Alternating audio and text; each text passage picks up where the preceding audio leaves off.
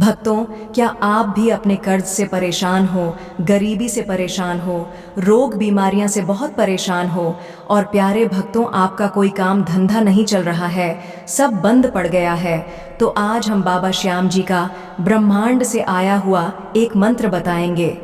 इस मंत्र को मात्र 108 बार जप या सुनने से आपका हर बिगड़ा हुआ काम बनने लगेगा। रोग बीमारियां, शत्रुओं का किया कराया सब नष्ट हो जाएगा, कर्ज से मुक्ति मिलेगी, कर्ज बहुत जल्द खत्म हो जाएगा, गरीबी से शीघ्र छुटकारा मिलेगा।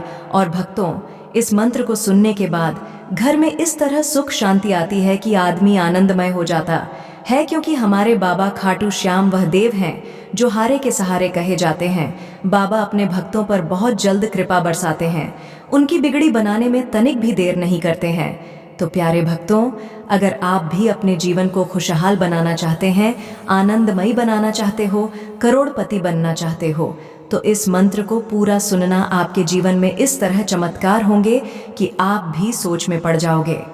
मंत्र शुरू करने से पहले इस वीडियो को लाइक जरूर कर देना, हमारे चैनल बाबा का चमत्कार को सब्सक्राइब जरूर कर लेना। भक्तों, चलिए उस महाप्रचंड मंत्र का श्रवण शुरू करते हैं। ओम कार्य सिद्धिदाय नमः। ओम इच्छा पूर्तिदाय नमः। ओम कार्य सिद्धिदाय नमः। ओम इच्छा पूर्तिदाय नमः। ओम कार्य सिद्धिदाय नमः। ओम इच्छा पूर्तिदाय नमः। ओम कार्य सिद्धिदाय नमः। ओम इच्छा पूर्तिदाय नमः। ओम कार्य सिद्धिदाय नमः। ओम इच्छा पूर्तिदाय नमः। ओम कार्य सिद्धिदाय नमः। ओम इच्छा पूर्तिदाय नमः। ओम कार्य सिद्धिदाय नमः। ओम इच्छा पूर्तिदाय नमः। ओम कार्य सिद्धिदाय नमः। ओम इच्छा पूर्तिदाय नमः। ओम कार्य सिद्धिदाय नमः। ओम इच्छा पूर्तिदाय नमः। ओम कार्य सिद्धिदाय नमः। ओम इच्छा पूर्तिदाय नमः। ओम कार्य सिद्धिदाय नमः। ओम इच्छा पूर्तिदाय नमः। ओम कार्य सिद्धिदाय नमः। ओम इच्छा पूर्तिदाय नमः। ओम कार्य सिद्धिदाय नमः। ओम इच्छा पूर्तिदाय नमः। ओम कार्य सिद्धिदाय नमः। ओम इच्छा पूर्तिदाय नमः। ओम कार्य सिद्धिदाय नमः। ओम इच्छा पूर्तिदाय नमः। ओम कार्य सिद्धिदाय नमः। ओम इच्छा पूर्तिदाय नमः। ओम कार्य सिद्धिदाय नमः। ओम इच्छा पूर्तिदाय नमः। ओम कार्य सिद्धिदाय नमः। ओम इच्छा पूर्तिदाय नमः। ओम कार्य सिद्धिदाय नमः। ओम इच्छा पूर्तिदाय नमः। ओम कार्य सिद्धिदाय नमः। ओम इच्छा पूर्तिदाय नमः। ओम कार्य सिद्धिदाय नमः। ओम इच्छा पूर्तिदाय नमः। ओम कार्य सिद्धिदाय नमः। ओम इच्छा पूर्तिदाय नमः। ओम कार्य सिद्धिदाय नमः। ओम इच्छा पूर्तिदाय नमः। ओम कार्य सिद्धिदाय नमः। ओम इच्छा पूर्तिदाय नमः। ओम कार्य सिद्धिदाय नमः। ॐ इच्छापूर्तिदाय नमः। ॐ कार्यसिद्धिदाय नमः। ॐ इच्छापूर्तिदाय नमः। ॐ कार्यसिद्धिदाय नमः। ॐ इच्छापूर्तिदाय नमः। ॐ कार्यसिद्धिदाय नमः। ॐ इच्छापूर्तिदाय नमः। ॐ कार्यसिद्धिदाय नमः। ॐ इच्छापूर्तिदाय नमः। ॐ कार्यसिद्धिदाय नमः। ॐ इच्छापूर्तिदाय नमः। ॐ कार्यसिद्धिदाय नमः। ॐ इच्छापूर्तिदाय नमः। ॐ कार्यसिद्धिदाय नमः। ॐ इच्छापूर्तिदाय नमः। ॐ कार्यसिद्धिदाय नमः। ॐ इच्छापूर्तिदाय नमः। ॐ कार्यसिद्धिदाय नमः। ॐ इच्छापूर्तिदाय नमः। ॐ कार्यसिद्धिदाय नमः। ॐ इच्छापूर्तिदाय नमः। ॐ कार्यसिद्धिदाय नमः। ॐ इच्छापूर्तिदाय नमः। ॐ कार्यसिद्धिदाय नमः। ॐ इच्छापूर्तिदाय नमः। ॐ कार्यसिद्धिदाय नमः। ॐ इच्छापूर्तिदाय नमः। ॐ कार्यसिद्धिदाय नमः। ॐ इच्छापूर्तिदाय नमः। ॐ कार्यसिद्धिदाय नमः। ॐ इच्छापूर्तिदाय नमः। ॐ कार्यसिद्धिदाय नमः। ॐ इच्छापूर्तिदाय नमः।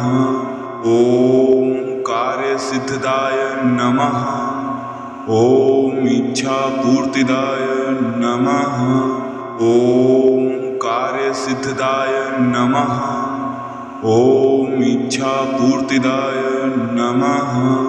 ॐ कार्यसिद्धिदाय नमः। ॐ इच्छापूर्तिदाय नमः। ॐ कार्यसिद्धिदाय नमः। ॐ इच्छापूर्तिदाय नमः। ॐ कार्यसिद्धिदाय नमः। ॐ इच्छापूर्तिदाय नमः। ॐ कार्यसिद्धिदाय नमः। ॐ इच्छापूर्तिदाय नमः। ॐ कार्यसिद्धिदाय नमः। ॐ इच्छापूर्तिदाय नमः। ॐ कार्यसिद्धिदाय नमः। ॐ इच्छापूर्तिदाय नमः। ॐ कार्यसिद्धिदाय नमः। ॐ इच्छापूर्तिदाय नमः। ॐ कार्यसिद्धिदाय नमः। ॐ इच्छापूर्तिदाय नमः। ॐ कार्यसिद्धिदाय नमः। ॐ इच्छापूर्तिदाय नमः। ॐ कार्यसिद्धिदाय नमः। ॐ इच्छापूर्तिदाय नमः। ॐ कार्यसिद्धिदाय नमः। ॐ इच्छापूर्तिदाय नमः। ॐ कार्यसिद्धिदाय नमः। ॐ इच्छापूर्तिदाय नमः। ॐ कार्यसिद्धिदाय नमः। ॐ इच्छापूर्तिदाय नमः। ॐ कार्यसिद्धिदाय नमः। ॐ इच्छापूर्तिदाय नमः। ॐ कार्यसिद्धिदाय नमः। ॐ इच्छापूर्तिदाय नमः। ॐ कार्यसिद्धिदाय नमः। ॐ इच्छापूर्तिदाय नमः। ॐ कार्यसिद्धिदाय नमः। ॐ इच्छापूर्तिदाय नमः। ॐ कार्यसिद्धिदाय नमः। ॐ इच्छापूर्तिदाय नमः। ॐ कार्यसिद्धिदाय नमः। ॐ इच्छापूर्तिदाय नमः। ॐ कार्यसिद्धिदाय नमः। ॐ इच्छापूर्तिदाय नमः। ॐ कार्यसिद्धिदाय नमः। ॐ इच्छापूर्तिदाय नमः। ॐ कार्यसिद्धिदाय नमः। ॐ इच्छापूर्तिदाय नमः। ॐ कार्यसिद्धिदाय नमः। ॐ इच्छापूर्तिदाय नमः। ॐ कार्यसिद्धिदाय नमः। ॐ इच्छापूर्तिदाय नमः। ॐ कार्यसिद्धिदाय नमः। ॐ इच्छापूर्तिदाय नमः। ॐ कार्यसिद्धिदाय नमः। ॐ इच्छापूर्तिदाय नमः। ॐ कार्यसिद्धिदाय नमः। ॐ इच्छापूर्तिदाय नमः। ॐ कार्यसिद्धिदाय नमः। ॐ इच्छापूर्तिदाय नमः। ॐ कार्यसिद्धिदाय नमः। ॐ इच्छापूर्तिदाय नमः। ॐ कार्यसिद्धिदाय नमः। ॐ इच्छापूर्तिदाय नमः। ॐ कार्यसिद्धिदाय नमः। ॐ इच्छापूर्तिदाय नमः। ॐ कार्यसिद्धिदाय नमः। ॐ इच्छापूर्तिदाय नमः। ॐ कार्यसिद्धिदाय नमः। ॐ इच्छापूर्तिदाय नमः। ॐ कार्यसिद्धिदाय नमः। ॐ इच्छापूर्तिदाय नमः। ॐ कार्यसिद्धिदाय नमः। ॐ इच्छापूर्तिदाय नमः। ॐ कार्यसिद्धिदाय नमः। ॐ इच्छापूर्तिदाय नमः। ॐ कार्यसिद्धिदाय नमः। ॐ इच्छापूर्तिदाय नमः। ॐ कार्यसिद्धिदाय नमः। ॐ इच्छापूर्तिदाय नमः। ॐ कार्यसिद्धिदाय नमः। ॐ इच्छापूर्तिदाय नमः। ॐ कार्यसिद्धिदाय नमः। ॐ इच्छापूर्तिदाय नमः। ॐ कार्यसिद्धिदाय नमः। ॐ इच्छापूर्तिदाय नमः। ॐ कार्यसिद्धिदाय नमः। ॐ इच्छापूर्तिदाय नमः। ॐ कार्यसिद्धिदाय नमः। ॐ इच्छापूर्तिदाय नमः। ॐ कार्यसिद्धिदाय नमः। ॐ इच्छापूर्तिदाय नमः। ॐ कार्यसिद्धिदाय नमः। ॐ इच्छापूर्तिदाय नमः। ॐ कार्यसिद्धिदाय नमः। ॐ इच्छापूर्तिदाय नमः। ॐ कार्यसिद्धिदाय नमः। ॐ इच्छापूर्तिदाय नमः। ॐ कार्यसिद्धिदाय नमः। ॐ इच्छापूर्तिदाय नमः। ॐ कार्यसिद्धिदाय नमः। ॐ इच्छापूर्तिदाय नमः। ॐ कार्यसिद्धिदाय नमः। ॐ इच्छापूर्तिदाय नमः। ॐ कार्यसिद्धिदाय नमः।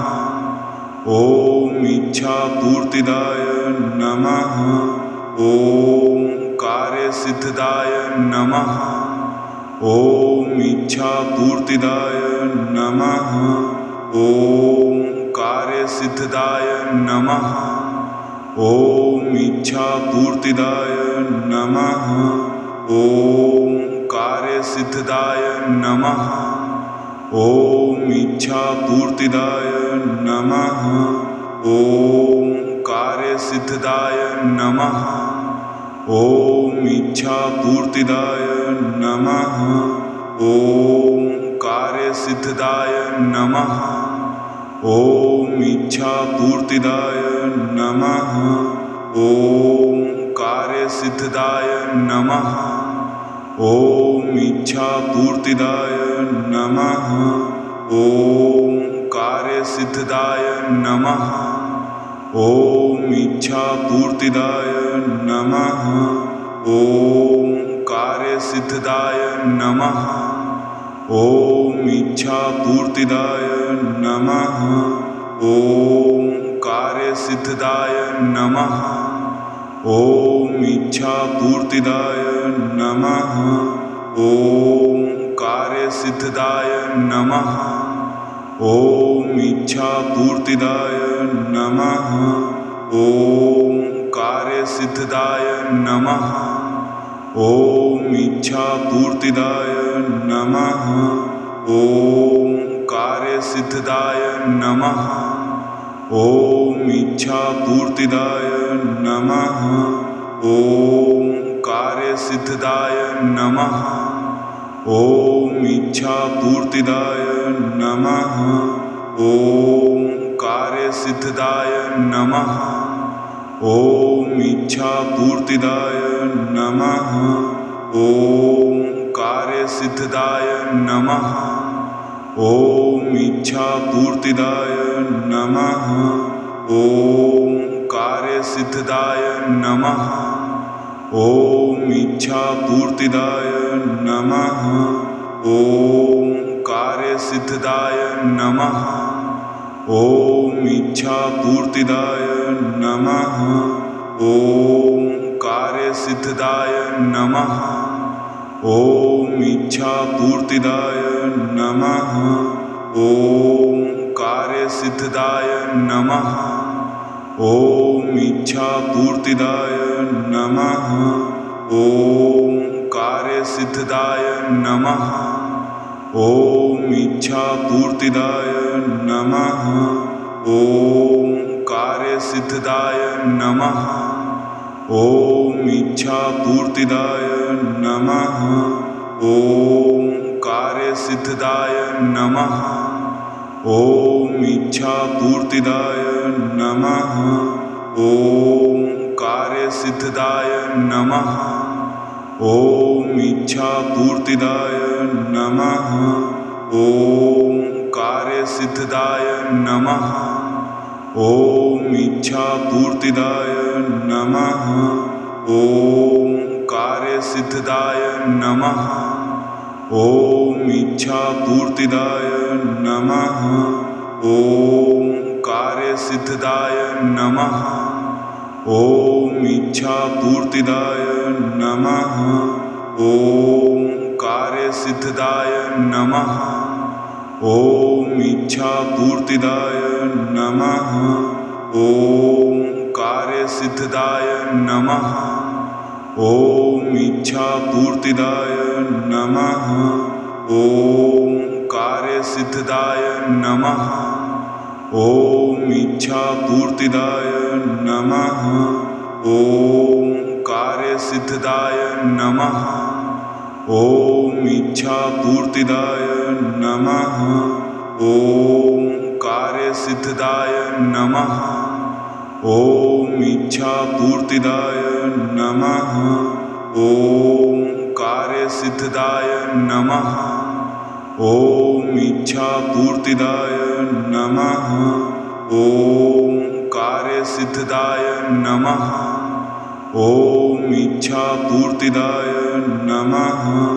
ॐ कार्यसिद्धिदाय नमः। ॐ इच्छापूर्तिदाय नमः। ॐ कार्यसिद्धिदाय नमः। ॐ इच्छापूर्तिदाय नमः। ॐ कार्यसिद्धिदाय नमः। ॐ इच्छापूर्तिदाय नमः। ॐ कार्यसिद्धिदाय नमः।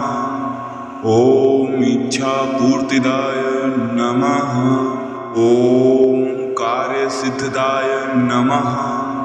ॐ इच्छापूर्तिदाय नमः। ॐ कार्यसिद्धिदाय नमः। ॐ इच्छापूर्तिदाय नमः। ॐ कार्यसिद्धिदाय नमः। ॐ इच्छापूर्तिदाय नमः। ॐ कार्यसिद्धिदाय नमः। ॐ इच्छापूर्तिदाय नमः।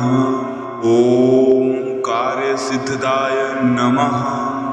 ॐ इच्छापूर्तिदाय नमः। ॐ कार्यसिद्धिदाय नमः। ॐ इच्छापूर्तिदाय नमः। ॐ कार्यसिद्धिदाय नमः।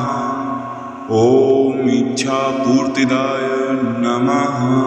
ॐ कार्यसिद्धिदाय नमः। ॐ इच्छापूर्तिदाय नमः। ॐ कार्यसिद्धिदाय नमः। ॐ इच्छापूर्तिदाय नमः। ॐ कार्यसिद्धिदाय नमः। ॐ इच्छापूर्तिदाय नमः। ॐ कार्यसिद्धिदाय नमः। ॐ इच्छापूर्तिदाय नमः। ॐ कार्यसिद्धिदाय नमः। ॐ इच्छापूर्तिदाय नमः। ॐ कार्यसिद्धिदाय नमः। ॐ इच्छापूर्तिदाय नमः। ॐ कार्यसिद्धिदाय नमः। ॐ इच्छापूर्तिदाय नमः। ॐ कार्यसिद्धिदाय नमः। ॐ इच्छापूर्तिदाय नमः। ॐ कार्यसिद्धिदाय नमः। ॐ इच्छापूर्तिदाय नमः। ॐ कार्यसिद्धिदाय नमः। ॐ इच्छापूर्तिदाय नमः। ॐ कार्यसिद्धिदाय नमः। ॐ इच्छापूर्तिदाय नमः। ॐ कार्यसिद्धिदाय नमः। ॐ इच्छापूर्तिदाय नमः। ॐ कार्यसिद्धिदाय नमः। ॐ इच्छापूर्तिदाय नमः। ॐ कार्यसिद्धिदाय नमः। ॐ इच्छापूर्तिदाय नमः। ॐ कार्यसिद्धिदाय नमः। ॐ इच्छापूर्तिदाय नमः। ॐ कार्यसिद्धिदाय नमः। ॐ इच्छापूर्तिदाय नमः। ॐ कार्यसिद्धिदाय नमः। ॐ इच्छापूर्तिदाय नमः। ॐ कार्यसिद्धिदाय नमः। ॐ इच्छापूर्तिदाय नमः। ॐ कार्यसिद्धिदाय नमः। ॐ इच्छापूर्तिदाय नमः। ॐ कार्यसिद्धिदाय नमः। ॐ इच्छापूर्तिदाय नमः। ॐ कार्यसिद्धिदाय नमः। ॐ इच्छापूर्तिदाय नमः। ॐ कार्यसिद्धिदाय नमः। ॐ इच्छापूर्तिदाय नमः। ॐ कार्यसिद्धिदाय नमः। ॐ इच्छापूर्तिदाय नमः। ॐ कार्यसिद्धिदाय नमः। ॐ इच्छापूर्तिदाय नमः। ॐ कार्यसिद्धिदाय नमः। ॐ इच्छापूर्तिदाय नमः। ॐ कार्यसिद्धिदाय नमः। ॐ इच्छापूर्तिदाय नमः। ॐ कार्यसिद्धिदाय नमः। ॐ इच्छापूर्तिदाय नमः। ॐ कार्यसिद्धिदाय नमः। ॐ इच्छापूर्तिदाय नमः।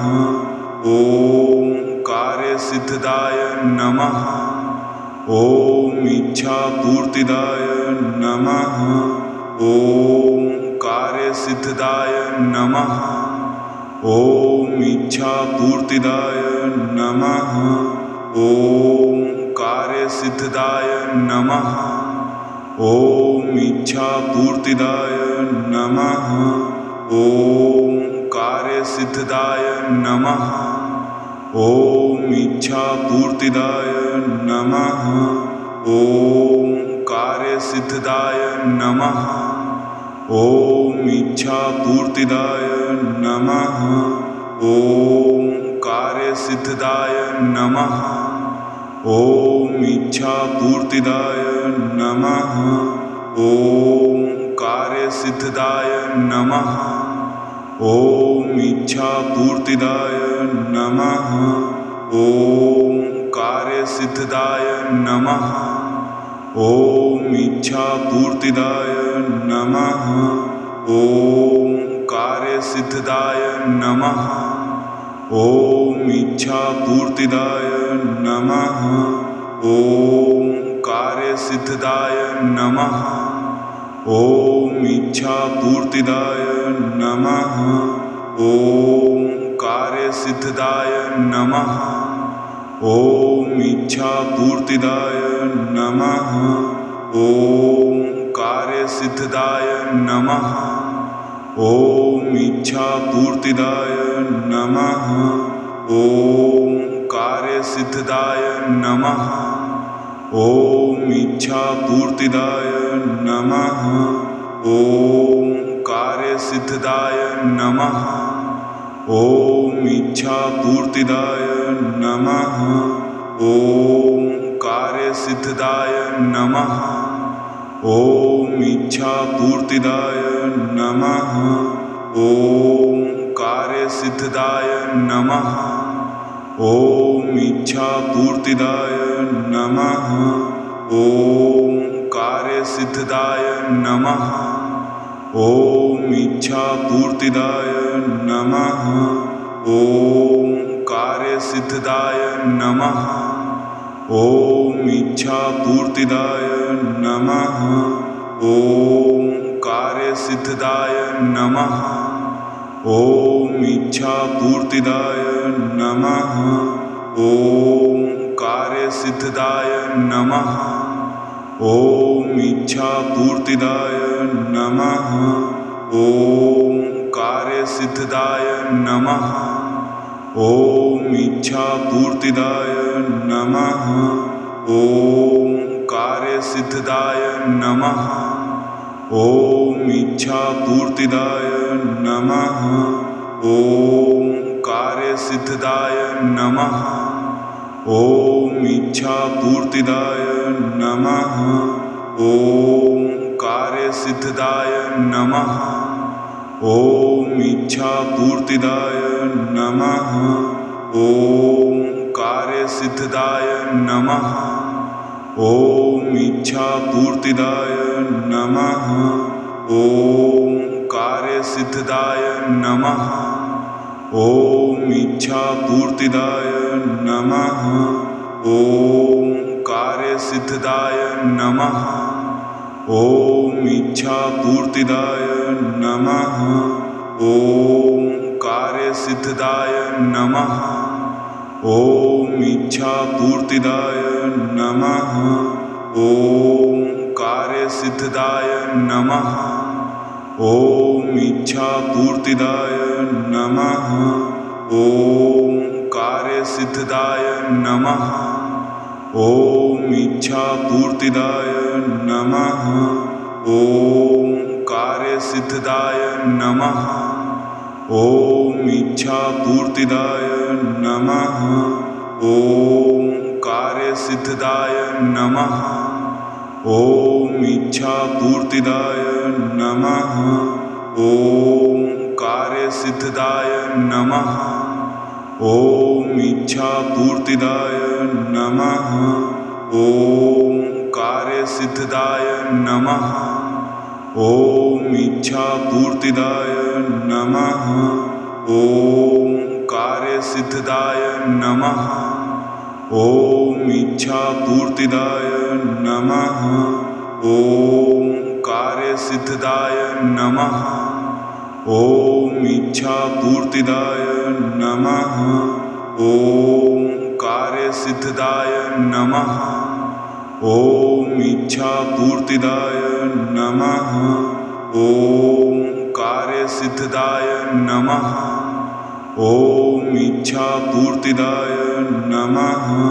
ॐ कार्यसिद्धिदाय नमः। ॐ इच्छापूर्तिदाय नमः। ॐ कार्यसिद्धिदाय नमः। ॐ इच्छापूर्तिदाय नमः। ॐ कार्यसिद्धिदाय नमः। ॐ इच्छापूर्तिदाय नमः। ॐ कार्यसिद्धिदाय नमः। ॐ इच्छापूर्तिदाय नमः। ॐ कार्यसिद्धिदाय नमः। ॐ इच्छापूर्तिदाय नमः। ॐ कार्यसिद्धिदाय नमः। ॐ इच्छापूर्तिदाय नमः। ॐ कार्यसिद्धिदाय नमः। ॐ इच्छापूर्तिदाय नमः। ॐ कार्यसिद्धिदाय नमः। ॐ इच्छापूर्तिदाय नमः। ॐ कार्यसिद्धिदाय नमः। ॐ इच्छापूर्तिदाय नमः। ॐ कार्यसिद्धिदाय नमः। ॐ इच्छापूर्तिदाय नमः। ॐ कार्यसिद्धिदाय नमः। ॐ इच्छापूर्तिदाय नमः। ॐ कार्यसिद्धिदाय नमः। ॐ इच्छापूर्तिदाय नमः। ॐ कार्यसिद्धिदाय नमः। ॐ इच्छापूर्तिदाय नमः। ॐ कार्यसिद्धिदाय नमः। ॐ इच्छापूर्तिदाय नमः। ॐ कार्यसिद्धिदाय नमः। ॐ इच्छापूर्तिदाय नमः। ॐ कार्यसिद्धिदाय नमः। ॐ इच्छापूर्तिदाय नमः। ॐ कार्यसिद्धिदाय नमः। ॐ इच्छापूर्तिदाय नमः। ॐ कार्यसिद्धिदाय नमः। ॐ इच्छापूर्तिदाय नमः। ॐ कार्यसिद्धिदाय नमः। ॐ इच्छापूर्तिदाय नमः। ॐ कार्यसिद्धिदाय नमः। ॐ इच्छापूर्तिदाय नमः। ॐ कार्यसिद्धिदाय नमः। ॐ इच्छापूर्तिदाय नमः। ॐ कार्यसिद्धिदाय नमः। ॐ इच्छापूर्तिदाय नमः। ॐ कार्यसिद्धिदाय नमः। ॐ इच्छापूर्तिदाय नमः। ॐ कार्यसिद्धिदाय नमः। ॐ इच्छापूर्तिदाय नमः। ॐ कार्यसिद्धिदाय नमः। ॐ इच्छापूर्तिदाय नमः। ॐ कार्यसिद्धिदाय नमः। ॐ इच्छापूर्तिदाय नमः। ॐ कार्यसिद्धिदाय नमः। ॐ इच्छापूर्तिदाय नमः। ॐ कार्यसिद्धिदाय नमः। ॐ इच्छापूर्तिदाय नमः। ॐ कार्यसिद्धिदाय नमः। ॐ इच्छापूर्तिदाय नमः। ॐ कार्यसिद्धिदाय नमः। ॐ इच्छापूर्तिदाय नमः। ॐ कार्यसिद्धिदाय नमः। ॐ इच्छापूर्तिदाय नमः। ॐ कार्यसिद्धिदाय नमः। ॐ इच्छापूर्तिदाय नमः। ॐ कार्यसिद्धिदाय नमः। ॐ इच्छापूर्तिदाय नमः। ॐ कार्यसिद्धिदाय नमः। ॐ इच्छापूर्तिदाय नमः। ॐ कार्यसिद्धिदाय नमः। ॐ इच्छापूर्तिदाय नमः। ॐ कार्यसिद्धिदाय नमः। ॐ इच्छापूर्तिदाय नमः। ॐ कार्यसिद्धिदाय नमः। ॐ इच्छापूर्तिदाय नमः। ॐ कार्यसिद्धिदाय नमः। ॐ इच्छापूर्तिदाय नमः। ॐ कार्यसिद्धिदाय नमः। ॐ इच्छापूर्तिदाय नमः। ॐ कार्यसिद्धिदाय नमः। ॐ इच्छापूर्तिदाय नमः। ॐ कार्यसिद्धिदाय नमः। ॐ इच्छापूर्तिदाय नमः। ॐ कार्यसिद्धिदाय नमः। ॐ इच्छापूर्तिदाय नमः। ॐ कार्यसिद्धिदाय नमः। ॐ इच्छापूर्तिदाय नमः। ॐ कार्यसिद्धिदाय नमः। ॐ इच्छापूर्तिदाय नमः। ॐ कार्यसिद्धिदाय नमः। ॐ इच्छापूर्तिदाय नमः। ॐ कार्यसिद्धिदाय नमः। ॐ इच्छापूर्तिदाय नमः। ॐ कार्यसिद्धिदाय नमः। ॐ इच्छापूर्तिदाय नमः। ॐ कार्यसिद्धिदाय नमः। ॐ इच्छापूर्तिदाय नमः। ॐ कार्यसिद्धिदाय नमः। ॐ इच्छापूर्तिदाय नमः। ॐ कार्यसिद्धिदाय नमः। ॐ इच्छापूर्तिदाय नमः। ॐ कार्यसिद्धिदाय नमः। ॐ इच्छापूर्तिदाय नमः। ॐ कार्यसिद्धिदाय नमः। ॐ इच्छापूर्तिदाय नमः। ॐ कार्यसिद्धिदाय नमः। ॐ इच्छापूर्तिदाय नमः। ॐ कार्यसिद्धिदाय नमः। ॐ इच्छापूर्तिदाय नमः। ॐ कार्यसिद्धिदाय नमः। ॐ इच्छापूर्तिदाय नमः। ॐ कार्यसिद्धिदाय नमः। ॐ इच्छापूर्तिदाय नमः।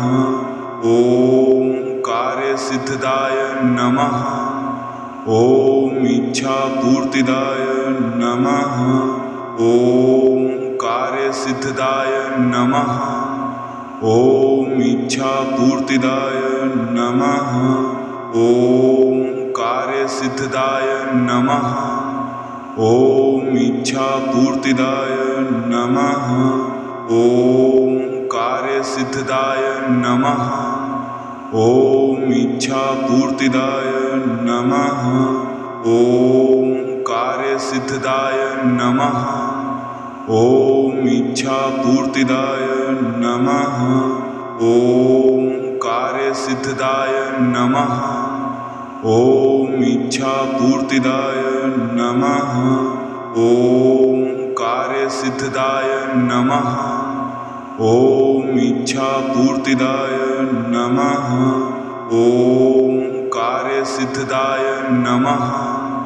ॐ इच्छापूर्तिदाय नमः। ॐ कार्यसिद्धिदाय नमः।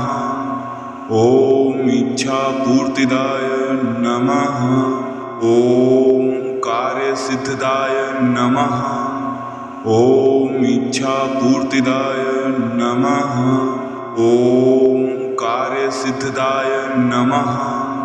ॐ इच्छापूर्तिदाय नमः। ॐ कार्यसिद्धिदाय नमः। ॐ इच्छापूर्तिदाय नमः। ॐ कार्यसिद्धिदाय नमः। ॐ इच्छापूर्तिदाय नमः। ॐ कार्यसिद्धिदाय नमः। ॐ इच्छापूर्तिदाय नमः। ॐ कार्यसिद्धिदाय नमः। ॐ इच्छापूर्तिदाय नमः। ॐ कार्यसिद्धिदाय नमः। ॐ इच्छापूर्तिदाय नमः। ॐ कार्यसिद्धिदाय नमः। ॐ इच्छापूर्तिदाय नमः। ॐ कार्यसिद्धिदाय नमः। ॐ इच्छापूर्तिदाय नमः। ॐ कार्यसिद्धिदाय नमः। ॐ इच्छापूर्तिदाय नमः। ॐ कार्यसिद्धिदाय नमः। ॐ इच्छापूर्तिदाय नमः। ॐ कार्यसिद्धिदाय नमः। ॐ इच्छापूर्तिदाय नमः। ॐ कार्यसिद्धिदाय नमः। ॐ इच्छापूर्तिदाय नमः। ॐ कार्यसिद्धिदाय नमः। ॐ इच्छापूर्तिदाय नमः। ॐ कार्यसिद्धिदाय नमः। ॐ इच्छापूर्तिदाय नमः। ॐ कार्यसिद्धिदाय नमः। ॐ इच्छापूर्तिदाय नमः। ॐ कार्यसिद्धिदाय नमः। ॐ इच्छापूर्तिदाय नमः। ॐ कार्यसिद्धिदाय नमः। ॐ इच्छापूर्तिदाय नमः। ॐ कार्यसिद्धिदाय नमः। ॐ इच्छापूर्तिदाय नमः। ॐ कार्यसिद्धिदाय नमः। ॐ इच्छापूर्तिदाय नमः। ॐ कार्यसिद्धिदाय नमः। ॐ इच्छापूर्तिदाय नमः। ॐ कार्यसिद्धिदाय नमः। ॐ इच्छापूर्तिदाय नमः। ॐ कार्यसिद्धिदाय नमः। ॐ इच्छापूर्तिदाय नमः। ॐ कार्यसिद्धिदाय नमः। ॐ इच्छापूर्तिदाय नमः। ॐ कार्यसिद्धिदाय नमः। ॐ इच्छापूर्तिदाय नमः। ॐ कार्यसिद्धिदाय नमः। ॐ इच्छापूर्तिदाय नमः। ॐ कार्यसिद्धिदाय नमः। ॐ इच्छापूर्तिदाय नमः। ॐ कार्यसिद्धिदाय नमः। ॐ इच्छापूर्तिदाय नमः। नमः। ॐ कार्यसिद्धिदाय नमः। ॐ इच्छापूर्तिदाय नमः। ॐ कार्यसिद्धिदाय नमः। ॐ इच्छापूर्तिदाय नमः। ॐ कार्यसिद्धिदाय नमः। ॐ इच्छापूर्तिदाय नमः। ॐ कार्यसिद्धिदाय नमः। ॐ इच्छापूर्तिदाय नमः। ॐ कार्यसिद्धिदाय नमः। ॐ इच्छापूर्तिदाय नमः। ॐ कार्यसिद्धिदाय नमः। ॐ इच्छापूर्तिदाय नमः। ॐ कार्यसिद्धिदाय नमः। ॐ इच्छापूर्तिदाय नमः। ॐ कार्यसिद्धिदाय नमः। ॐ इच्छापूर्तिदाय नमः।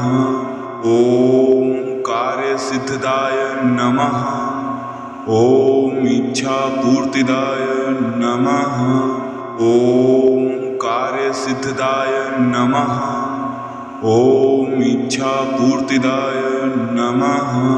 ॐ कार्यसिद्धिदाय नमः। ॐ इच्छापूर्तिदाय नमः। ॐ कार्यसिद्धिदाय नमः। ॐ इच्छापूर्तिदाय नमः। ॐ कार्यसिद्धिदाय नमः। ॐ इच्छापूर्तिदाय नमः। ॐ कार्यसिद्धिदाय नमः। ॐ इच्छापूर्तिदाय नमः। ॐ कार्यसिद्धिदाय नमः। ॐ इच्छापूर्तिदाय नमः। ॐ कार्यसिद्धिदाय नमः। ॐ इच्छापूर्तिदाय नमः। ॐ कार्यसिद्धिदाय नमः। ॐ इच्छापूर्तिदाय नमः। ॐ कार्यसिद्धिदाय नमः। ॐ इच्छापूर्तिदाय नमः। ॐ कार्यसिद्धिदाय नमः। ॐ इच्छापूर्तिदाय नमः। ॐ कार्यसिद्धिदाय नमः। ॐ इच्छापूर्तिदाय नमः। ॐ कार्यसिद्धिदाय नमः। ॐ इच्छापूर्तिदाय नमः। ॐ कार्यसिद्धिदाय नमः। ॐ इच्छापूर्तिदाय नमः। ॐ कार्यसिद्धिदाय नमः। ॐ इच्छापूर्तिदाय नमः। ॐ कार्यसिद्धिदाय नमः। ॐ इच्छापूर्तिदाय नमः। ॐ कार्यसिद्धिदाय नमः। ॐ इच्छापूर्तिदाय नमः। ॐ कार्यसिद्धिदाय नमः। ॐ इच्छापूर्तिदाय नमः। ॐ कार्यसिद्धिदाय नमः। ॐ इच्छापूर्तिदाय नमः। ॐ कार्यसिद्धिदाय नमः। ॐ इच्छापूर्तिदाय नमः। ॐ कार्यसिद्धिदाय नमः। ॐ इच्छापूर्तिदाय नमः। ॐ कार्यसिद्धिदाय नमः। ॐ इच्छापूर्तिदाय नमः। ॐ कार्यसिद्धिदाय नमः। ॐ इच्छापूर्तिदाय नमः। ॐ कार्यसिद्धिदाय नमः। ॐ इच्छापूर्तिदाय नमः। ॐ कार्यसिद्धिदाय नमः। ॐ इच्छापूर्तिदाय नमः। ॐ कार्यसिद्धिदाय नमः। ॐ इच्छापूर्तिदाय नमः। ॐ कार्यसिद्धिदाय नमः। ॐ इच्छापूर्तिदाय नमः। ॐ कार्यसिद्धिदाय नमः।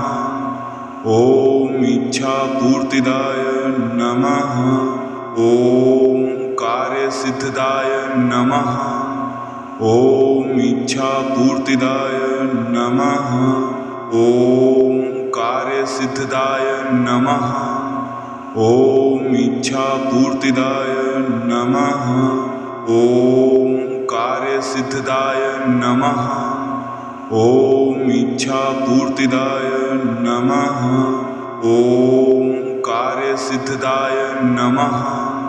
ॐ इच्छापूर्तिदाय नमः। ॐ कार्यसिद्धिदाय नमः। ॐ इच्छापूर्तिदाय नमः। ॐ कार्यसिद्धिदाय नमः। ॐ इच्छापूर्तिदाय नमः। ॐ कार्यसिद्धिदाय नमः। ॐ इच्छापूर्तिदाय नमः। ॐ कार्यसिद्धिदाय नमः। ॐ इच्छापूर्तिदाय नमः। ॐ कार्यसिद्धिदाय नमः। ॐ इच्छापूर्तिदाय नमः। ॐ कार्यसिद्धिदाय नमः। ॐ इच्छापूर्तिदाय नमः। ॐ कार्यसिद्धिदाय नमः। ॐ इच्छापूर्तिदाय नमः। ॐ कार्यसिद्धिदाय नमः। ॐ इच्छापूर्तिदाय नमः। ॐ कार्यसिद्धिदाय नमः। ॐ इच्छापूर्तिदाय नमः। ॐ कार्यसिद्धिदाय नमः। ॐ इच्छापूर्तिदाय नमः। ॐ कार्यसिद्धिदाय नमः। ॐ इच्छापूर्तिदाय नमः। ॐ कार्यसिद्धिदाय नमः। ॐ इच्छापूर्तिदाय नमः। ॐ कार्यसिद्धिदाय नमः। ॐ इच्छापूर्तिदाय नमः। ॐ कार्यसिद्धिदाय नमः। ॐ इच्छापूर्तिदाय नमः। ॐ कार्यसिद्धिदाय नमः। ॐ इच्छापूर्तिदाय नमः। ॐ कार्यसिद्धिदाय नमः। ॐ इच्छापूर्तिदाय नमः। ॐ कार्यसिद्धिदाय नमः। ॐ इच्छापूर्तिदाय नमः। ॐ कार्यसिद्धिदाय नमः। ॐ इच्छापूर्तिदाय नमः। ॐ कार्यसिद्धिदाय नमः। ॐ इच्छापूर्तिदाय नमः।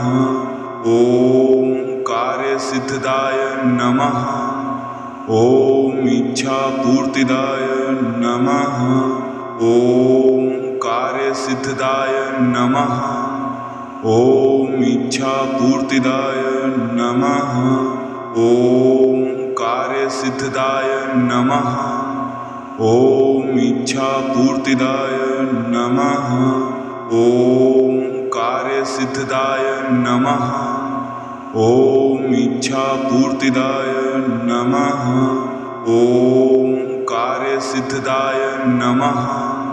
ॐ इच्छापूर्तिदाय नमः। ॐ कार्यसिद्धिदाय नमः। ॐ इच्छापूर्तिदाय नमः। ॐ कार्यसिद्धिदाय नमः। ॐ इच्छापूर्तिदाय नमः। ॐ कार्यसिद्धिदाय नमः। ॐ इच्छापूर्तिदाय नमः। ॐ कार्यसिद्धिदाय नमः। ॐ इच्छापूर्तिदाय नमः। ॐ कार्यसिद्धिदाय नमः। ॐ इच्छापूर्तिदाय नमः। ॐ कार्यसिद्धिदाय नमः। ॐ इच्छापूर्तिदाय नमः। ॐ कार्यसिद्धिदाय नमः। ॐ इच्छापूर्तिदाय नमः। ॐ कार्यसिद्धिदाय नमः। ॐ इच्छापूर्तिदाय नमः। ॐ कार्यसिद्धिदाय नमः। ॐ इच्छापूर्तिदाय नमः। ॐ कार्यसिद्धिदाय नमः। ॐ इच्छापूर्तिदाय नमः। ॐ कार्यसिद्धिदाय नमः। ॐ इच्छापूर्तिदाय नमः। ॐ कार्यसिद्धिदाय नमः। ॐ इच्छापूर्तिदाय नमः। ॐ कार्यसिद्धिदाय नमः। ॐ इच्छापूर्तिदाय नमः। ॐ कार्यसिद्धिदाय नमः। ॐ इच्छापूर्तिदाय नमः। ॐ कार्यसिद्धिदाय नमः। ॐ इच्छापूर्तिदाय नमः। ॐ कार्यसिद्धिदाय नमः।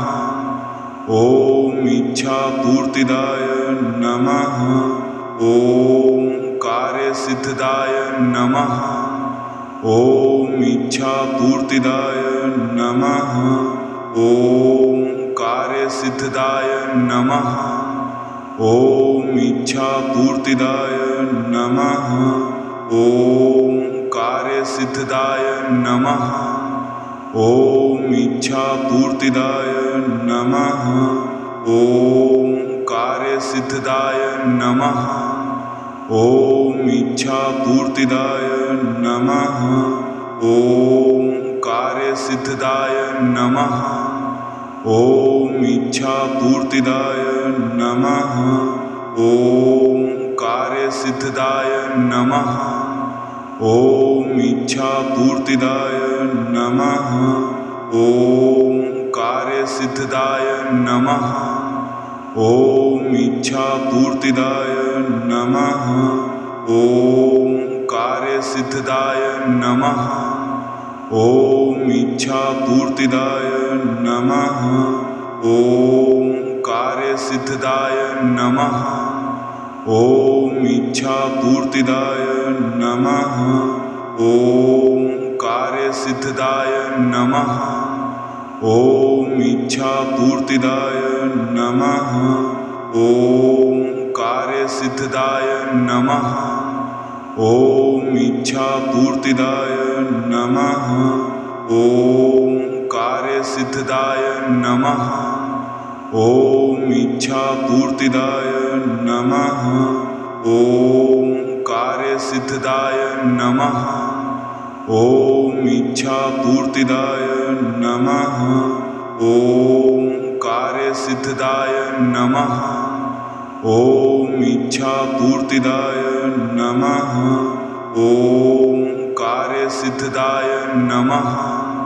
ॐ इच्छापूर्तिदाय नमः। ॐ कार्यसिद्धिदाय नमः। ॐ इच्छापूर्तिदाय नमः। ॐ कार्यसिद्धिदाय नमः। ॐ इच्छापूर्तिदाय नमः। ॐ कार्यसिद्धिदाय नमः। ॐ इच्छापूर्तिदाय नमः। ॐ कार्यसिद्धिदाय नमः। ॐ इच्छापूर्तिदाय नमः। ॐ कार्यसिद्धिदाय नमः। ॐ इच्छापूर्तिदाय नमः। ॐ कार्यसिद्धिदाय नमः। ॐ इच्छापूर्तिदाय नमः। ॐ कार्यसिद्धिदाय नमः। ॐ इच्छापूर्तिदाय नमः। ॐ कार्यसिद्धिदाय नमः। ॐ इच्छापूर्तिदाय नमः। ॐ कार्यसिद्धिदाय नमः। ॐ इच्छापूर्तिदाय नमः। ॐ कार्यसिद्धिदाय नमः। ॐ इच्छापूर्तिदाय नमः। ॐ कार्यसिद्धिदाय नमः। ॐ इच्छापूर्तिदाय नमः। ॐ कार्यसिद्धिदाय नमः। ॐ इच्छापूर्तिदाय नमः।